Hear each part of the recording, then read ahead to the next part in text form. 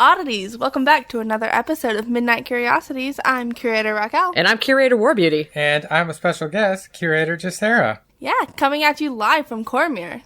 Yes, we are. It's so lovely here. Is it? Yeah, there you got purple dragon knights, they got war wizards, they're very pompous, and I love them. She's just mad because I made her go on a road trip. That's actually very true. Yes. Well, thank you so much for joining us, Curator Jesaera. Yeah, welcome. This is the third curator, the third official, true, actual curator. A real-life one. Fish Hand is not a curator. Yeah, I don't know how I got this job. I'm kind of just rolling with it and hoping HR doesn't notice that I lied on my paperwork. Well, that's a mood. Right? But they let me be in charge of the podcast, so... That's true. HR is really dropping the ball. You're in charge of the podcast? I'm the pretty face of the podcast. I thought that was my job. Well, we're very glad that you can join us today.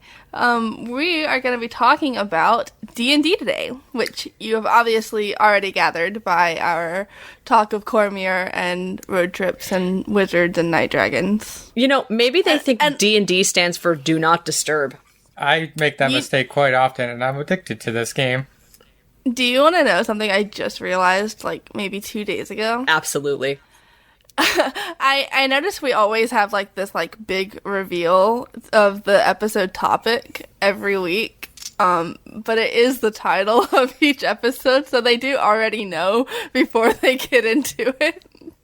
Listen, it could be like images you see online. Sometimes people read the image first, then they go back and read the title, and then they realize they're getting memed on. So, well, for those who didn't read the title, or maybe did, this week we're talking about...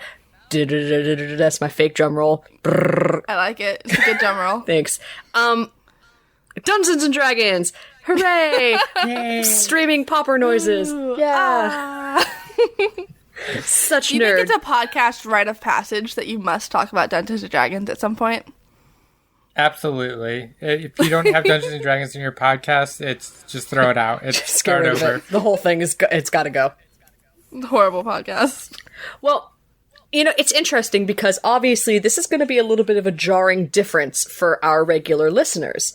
You know, we normally talk about very metaphysical and religious-based concepts and holy people and sacred places and conspiracies. Well, we also talk about very scientific, very fact-based information. Right, so people are likely wondering, what on earth does a fantasy nerd game have to do with metaphysics? And I'm just so glad you asked that, because... kind of a hard shift for us, yeah. It's a pretty big shift for us, and I'm so glad you guys are here for this journey with us. So, it's interesting you say that, because despite just being, you know, a game, D&D has actually had a huge impact on a lot of culture and a lot of the media that we consume over the last 40 so years that it's actually been around. There's almost nothing that you can find out there in media these days that isn't in some way influenced or has a hint of Dungeons and Dragons influence somewhere in it. Yeah, I've noticed that. It has definitely a lot of influence. But what is Dungeons and Dragons for those of us who are I'm gonna give you guys familiar with the game, the basic example before Curator Jesaera gives you like what it actually is. So for those who are semi-familiar and not super familiar with Dungeons and Dragons, it is essentially a role-playing game. It is a bunch of text-based books as opposed to the non-text-based books. As opposed to the Sanskrit books. Right.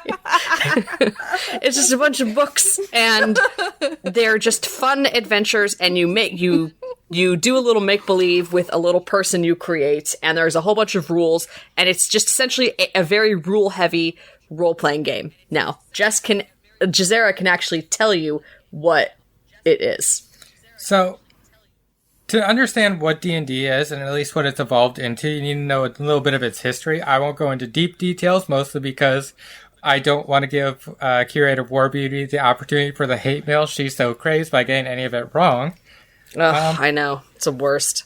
But so D&D is a tabletop role-playing game that was first created back in 1974 by a guy, Gary Gygax. You've probably heard of his name before, and a few others he's associated with. Yes, Gary. And it evolved out of something that was really popular back then, which was tabletop wargaming games and stuff like that, and specifically one that they made called Chainmail.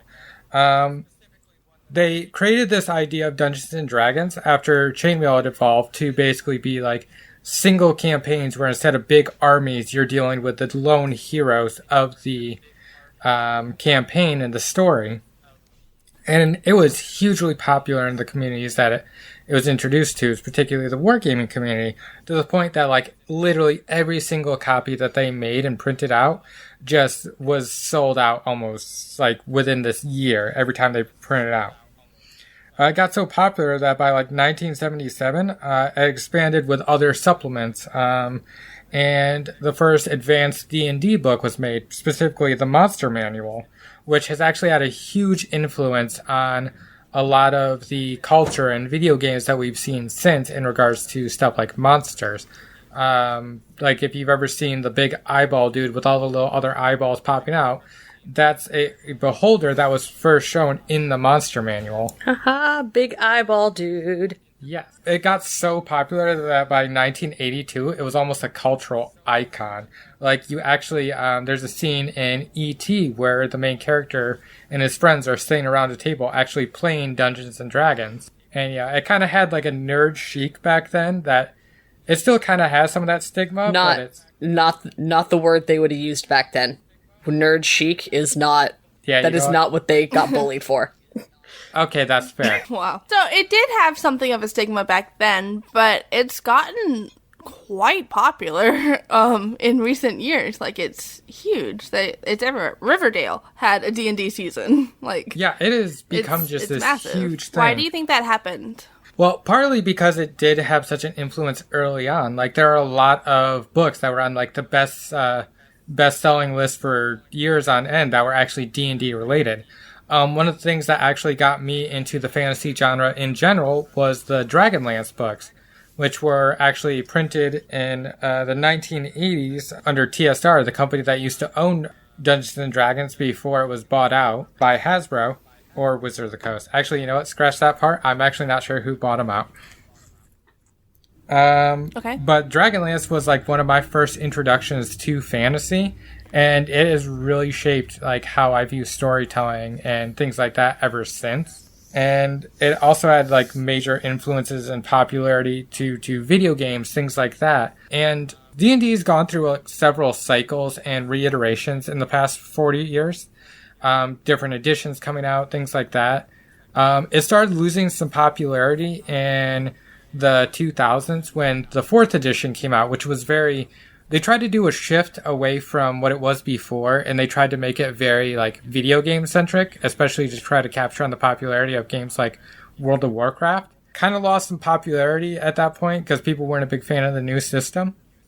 And that's when you saw similar games to it like Pathfinder, which was kind of trying to recapture the spirit of 3.5. But in 2014, they came out with the 5th edition.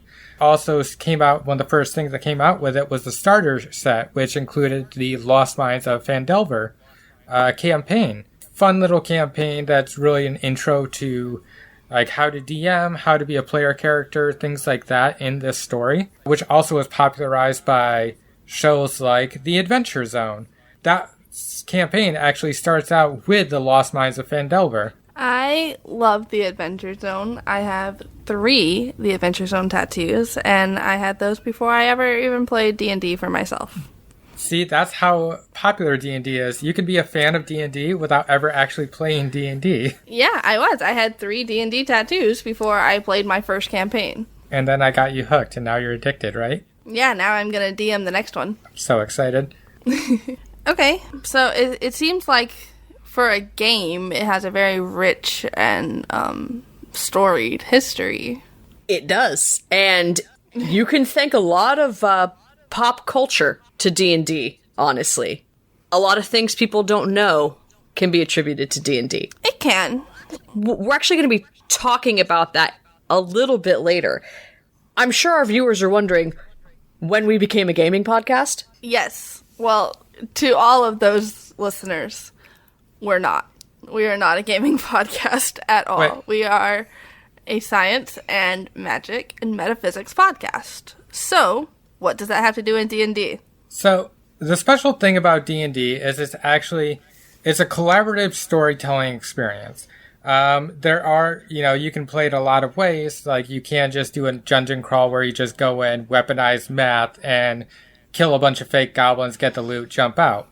But it has since kind of evolved, especially in the more modern things, where people start using it for more collaborative storytelling. They start developing their characters much more, and it utilizes a lot of your imagination and things like that. And it can actually be very therapeutic, and it can have a lot of healing powers that you wouldn't expect for a game where you're just playing pretend. Yeah, that's kind of one of the biggest points I want to hit on, especially because I think a lot of people are still confused. So you either know what this is or you have no concept of what this is. I've seldom meet people that are kind of in between. They're like, yeah, I love role-playing games and Dungeons and Dragons and it all makes sense. Or they're just like, I don't understand why you choose to play a half-demon magician little person and kill dragons. Yeah, it doesn't make any sense to them. So what this really boils down to is a really fascinating metaphysical phenomena of the power of imagination and sort of your consciousness creates reality. Okay, we've kind of touched on that before. I know we mentioned it in the possessions episode and Yes. the exorcisms episode of if you believe in something, then it becomes real to you. Yes, which, a lot of psychology and stuff like that, when they talk about the brain, they very much separate into left and your right brain. Well, they've actually done studies, particularly a 2013 study by the Dartmouth, that actually showed that imagination is actually a widespread phenomenon within the brain. And actually, as you imagine things, it activates about 11 areas in your brain. So let me put this in a little bit of a simpler terms for people who are unfamiliar with this study. And this is considered cutting-edge neuroscience currently and cutting-edge psychology in that, we grew up hearing, the left and the right brain, and are you a left brain person or a right brain person? And there's a lot of religious symbology that goes back to the two halves of the brain, left and right. One of the most famously argued left and right brain symbologies are Hugin and Munin, which are Odin's ravens. But what science is currently undergoing is that it isn't left and right brain. It's hippocampus. It's amygdala. It's the prefrontal cortex. You have areas of the brain that light up, and they are both on the left and the right side of your brain. So this is what Curator Jesaera is talking about, is that, left brain people aren't more creative or whatever side they claim that was, creative or analytical, and right brain side people aren't more this or that. It is simply areas of your brain that are stronger and you're more inclined to use because it's more comfortable for your biology to use. Yeah. But these things still operate, and it might be more comfortable for your biology where it operates one way, but concepts like imagination are spread throughout multiple sections. So it can actually trigger basically multiple synapses within your brain doing this activity. In fact, actually something interesting about imagination, and they've been able to track this using different techniques. Imagination is actually processed in the same center of your brain as your eyesight. An interesting thing about eyesight and imagination, they've actually noticed that the way your eyes process stimulus, it goes from your eye and it flows upward into the brain. Imagination actually flows in the exact opposite direction. It comes from your brain down to your eyes, at which point you can visualize, which I feel that has a lot of metaphysical characteristics to it. Like thoughts in your mind coming down and then being able to visualize them seems almost like some divine vision sort of connection, I almost want to say. Yeah, it's definitely an interesting brain science because this really goes back to one of the parables of Jesus that I always talk about when I talk about. Are you going to say it incorrectly again? Yeah, I'm going to tell you. So slightly incorrect parables. But there is a story in the Bible where a blind man approaches Jesus, and Jesus spits in some mud, or spits in the dirt, makes some mud, and rubs it on the dude's eyes and says, "Ah, you're healed." And then the guy's like, "Oh my gosh, I can see. Whoa, bro, lit." And this is a very interesting, it's not quite a placebo effect, but it is a similar concept as a placebo effect, in that people have a hard time believing what they cannot see, what they cannot tangibly actualize and visualize. So faith without like a hard visual is hard for people. That's why it's hard for people to conceptualize God, because we have no direct visual that we can all agree on that this is God, you know? But imagination is going to work in the same way, except it's going to be a little more powerful than just pure faith, because your imagination is allowing you to have visuals by running it through this same area of your brain. So now you are seeing and believing, and you are having this experience, and your brain is convinced you are having this experience. And I mean, you are having that experience. No one can tell you otherwise. And it's really, this is such a deep metaphysical concept and such a big argument in the metaphysical community of, you know, did I really have that dream or did I not? Well, games like Dungeons and Dragons, role-playing games, fantasy games, do the exact same thing. I think that there is definitely something to be said for the imagination and how it works with fantasy games. I think that it establishes a more, it's direct but also indirect connection to the divine, because on one hand you are directly manipulating this character to do the things that you want to do and to interact with the deities that you want to interact with, but on the other hand it's, you are not interacting with them, you are manipulating a character to do so. So it's interesting how it is both direct and indirect. Which, you know, is actually something that we see a lot in religions throughout history. There actually are a lot of rituals and things like that, and say Celtic Beltane rituals, things like that, where people in this ritual will go and put on masks and they will portray a deity or a persona based in that myth in this ritual. Well, D&D is almost the same concept. You are sitting down at a table, you are taking this other persona of yourself, putting on the mask and allowing them to flow forth and taking on their personality, their persona, and everything like that. It is very similar to what you would see in a ritual where you might be channeling a god or another entity similar to that. Yeah, absolutely. Does theater have similar context? Yes, Like same thing. So Dungeons and Dragons is essentially just a performative ritual. It's theater. But instead of doing it on a stage for a bunch of people, and you're an actor specifically, you know, you're just Joe Schmo sitting in your friend's basement making pizza rolls. Yeah.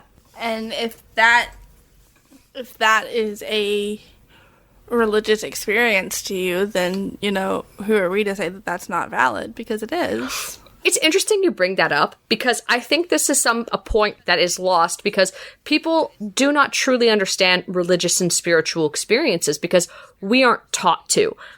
But games like Dungeons and Dragons, for some people, can be an extraordinarily transformative and spiritual work. Well, yeah, it's like Curator Jesaera said. Right. It's therapeutic in a way. Like, you are able to live out this fantasy life that you may not be able to have in your own real life. Right. And the psychology behind a game like this it's so deep. I mean, we could fill episodes on it. We could have a whole podcast dedicated to the psychology of role-playing games. We would be just another D&D podcast.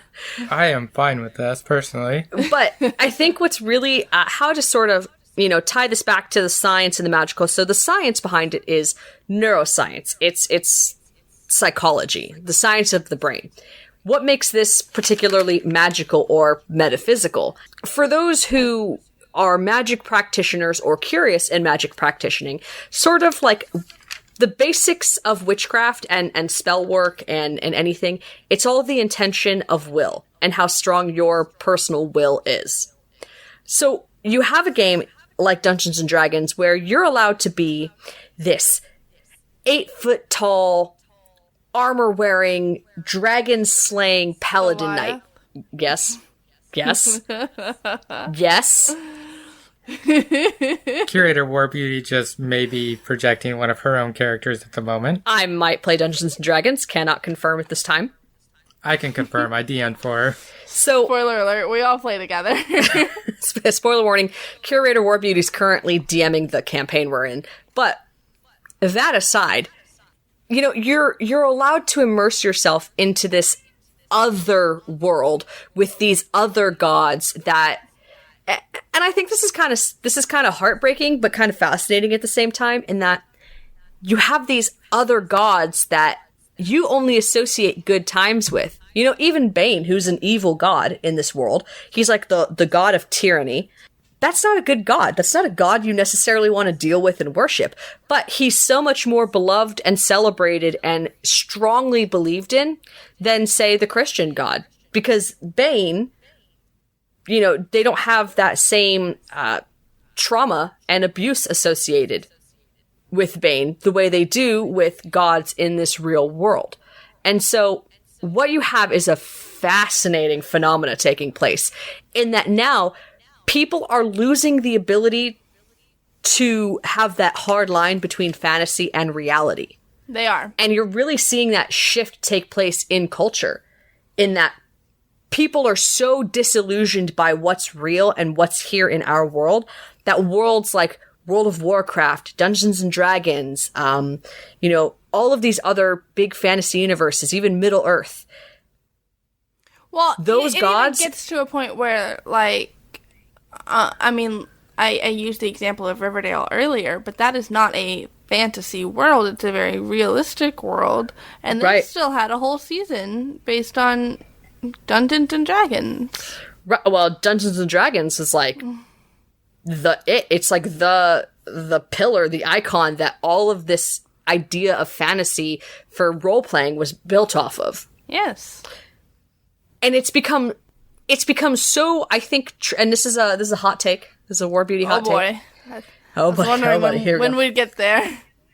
I think it's become so traumatic for people to accept reality of their situation, because we are not fundamentally taught that reality is the reflection of our conscious effort and will.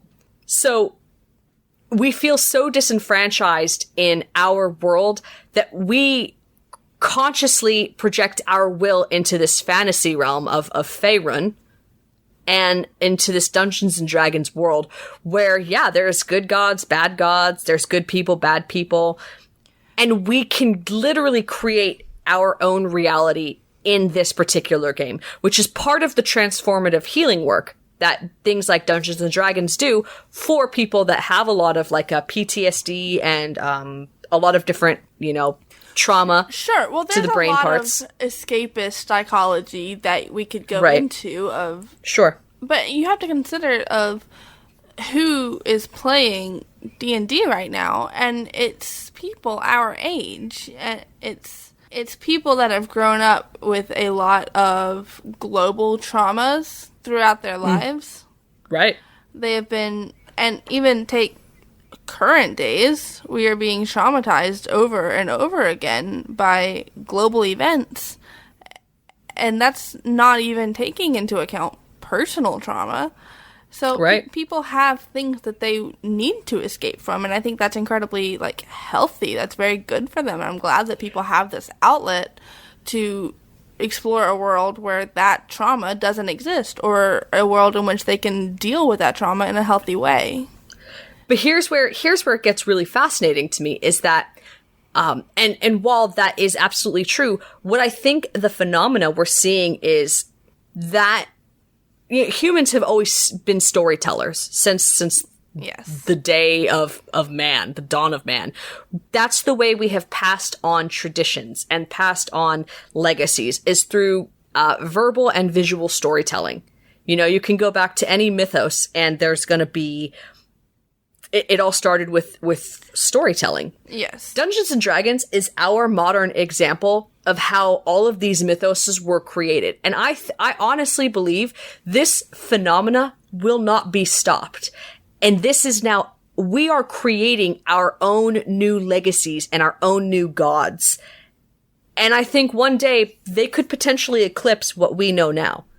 I think that they're only going to gain traction, momentum, and then, 2,000 years from now, they're going to be doing archaeology, and D&D is going to have sort of, kind of fallen to history a little bit, and its origins are going to have fallen to history a little bit. And there's just going to be these great stories of these great gods and champions and heroes. And it's going to be a widespread phenomena that happened. And, 2 to 5,000 years in the future, if civilization is still around and people are still around, why would they not mistake that for, why would they not mistake that for a version of a Bible, basically? Because that is essentially what we are creating as humans, is new religious and holy texts, but just not based in our current geography.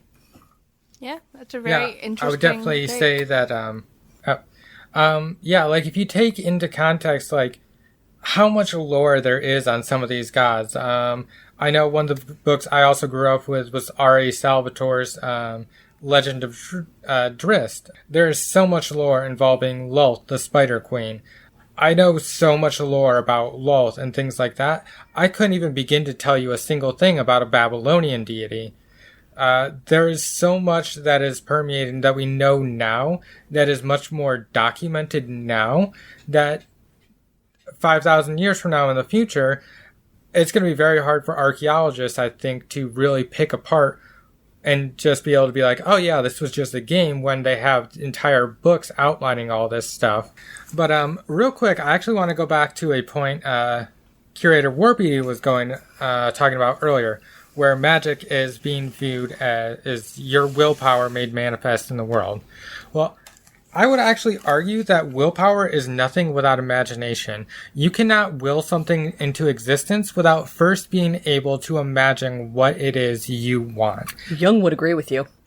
Yeah, there was actually a fascinating definition of magic from actually the Denali rune course that defines magic as it develops and controls the faculty of imagination to cause changes in the outer world.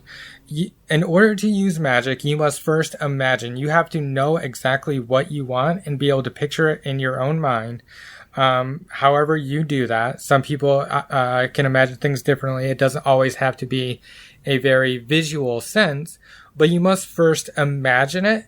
And with that actual imagination and with that goal in mind, you can then put your will towards it. You cannot necessarily put your will towards anything unless you know what your end goal is. And our subconscious is much stronger than our conscious mind. So if your subconscious is imagining things that go against your will, the subconscious will actually likely win out in most cases. Yeah, that's actually one of the theories of hypnosis. The imagination is just super important. Such power, much imagine. I mean, yeah, honestly. All right, well, I think that just about does it for this episode. We will be back next week with Curator Jesaera, and we're going to go a little bit more in depth about D&D specifically and how it relates to different magical areas. So stay tuned for that one. In case you guys hadn't guessed it already, this episode is a prologue, and along with next week's episode, this will be the introduction to our series on metaphysics in video games. Yes! Super excited. Which we are so excited about. Spoiler warning, the curators, all of us, big nerds. Yes, all big nerds. I have no idea what you're talking about. I am just so cool, guys. It's going to be a lot of fun, that series, and we hope that you guys are looking forward to it as much as we are. Don't worry, it will stay magic oriented. We're not a gaming podcast. We're not going to become a gaming podcast. We are still here to teach you about metaphysics. Yes, one of the big takeaways I want everyone to have from this is, and we chose to do this series because this is such a huge conversation of pop culture currently, and I don't think it's going to go away anytime soon. So hopefully you walk away a little more educated on how and why people have beliefs and acts that they do. Yeah. If that makes sense. Yeah. So if you like what you heard here today, please leave us a review on iTunes. You can reach out to us on any social media that you can think of, and we'll be there. We're on Twitter, Facebook, Instagram, TikTok, all of those things at One Eye Oddities or at Midnight Curiosities. Try one of those, you'll find us. You can also reach out to us on Reddit on r/occult sciences. I don't know. You can go yell at War Beauty directly, like I do on Twitter at OG War Beauty. Tweet me at OG War Beauty. I would love to hear from you guys. You can find me at the Raquel, and she's tweeting me all the hate mail. I am usually tweeting hate mail to Curator War Beauty. That's what I do with my free time. I'm the curator that lives with her, so I can just yell across the hall and it makes things so much easier. It really does. You can find Curator Jess at Jesaera on Twitter. I mean, yeah, we're all around. You can find us. You can reach out to us however you see fit. And, yeah, stay tuned. We got big, exciting things coming. Yeah, okay. So, I'm Curator Raquel. And I'm Curator War Beauty. And I'm Curator Jesaera. Yeah, thanks for tuning in. And as always, don't forget to become an oddity.